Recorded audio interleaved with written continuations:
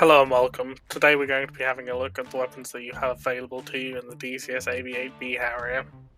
So starting with self-defense, we have the AIM-9L and M Sidewinders. These are close-range air-to-air missiles. Unless limited by era or resources, you always want to take the Mike model, as this is the superior missile in every way. But still remember, the Harrier in this version is not meant to dogfight. You can take up to 4 of these missiles, and they are available on pylons 1, 2, 6, and 7. Next up, we have the AGM-122 sidearm.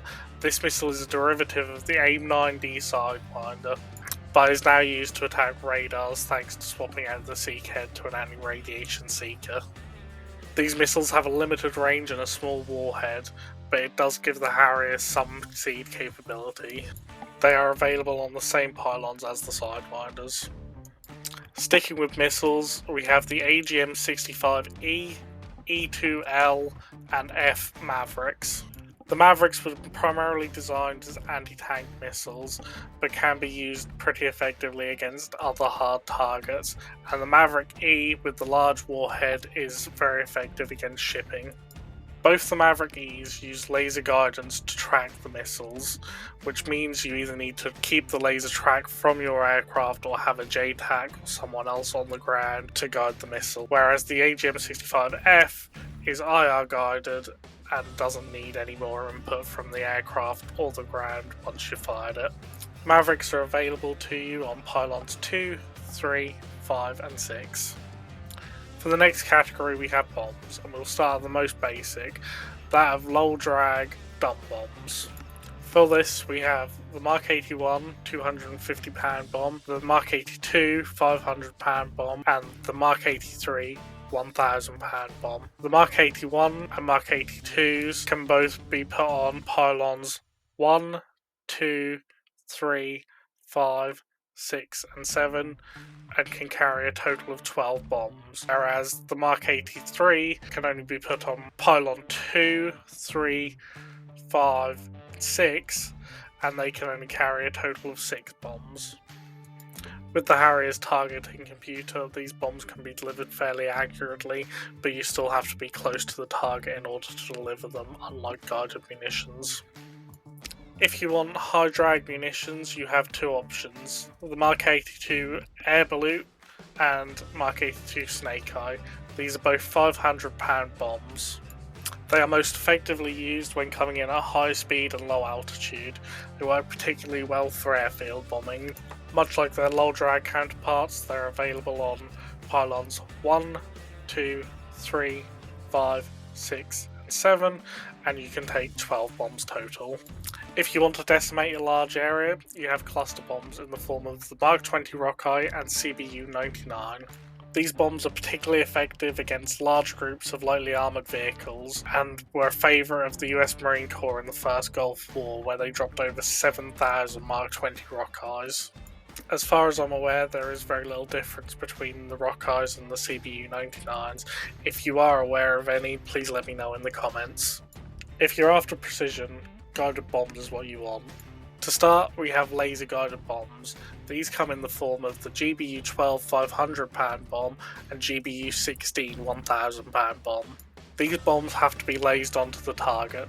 This means if you are self-lasing and you break that laze before the bomb hits, then you have a chance of missing. However, this does come with the benefit of if a target is moving, as long as you keep that laser on that target, the bomb will hit it. The GBU-12 is available on pylons 1, 2, 3, 5, 6 and 7, and you can carry up to 6 of these bombs. Meanwhile, the GBU-16 is available on pylons 2, 3, 5, 6 and 7, and you can only carry 4. If the weather's not great, or you just want to get out of there as soon as you press the pickle button, GPS guidance is what you need. In this category you have the GBU-38 500 pound bomb and the GBU-32 1000 pound bomb. These bombs can be dropped on pre-designated targets or can be used in the tug of opportunity mode with the targeting pod. They're particularly effective against structures, as once they've been dropped they cannot follow a target. They are available on pylons 2, 3, 5 and 6, and you can take up to 10 GBU-38s or 4 GBU-32s. If you want the best of both worlds, you have the GBU-54. This is essentially a GBU-38 that now has a laser seeker on as well, so it can be dropped like a GPS bomb, but if you're after a moving target, you can then laser and the bomb will follow the laser. Lastly, for the underwing weapons, we have rockets. In this category we have 127mm Zuni rockets, 70mm Hydra rockets, and 70mm APKWS rockets. Zuni rockets have a large warhead, but you can only carry 16 of them on pylons 2, 3, 5 and 6.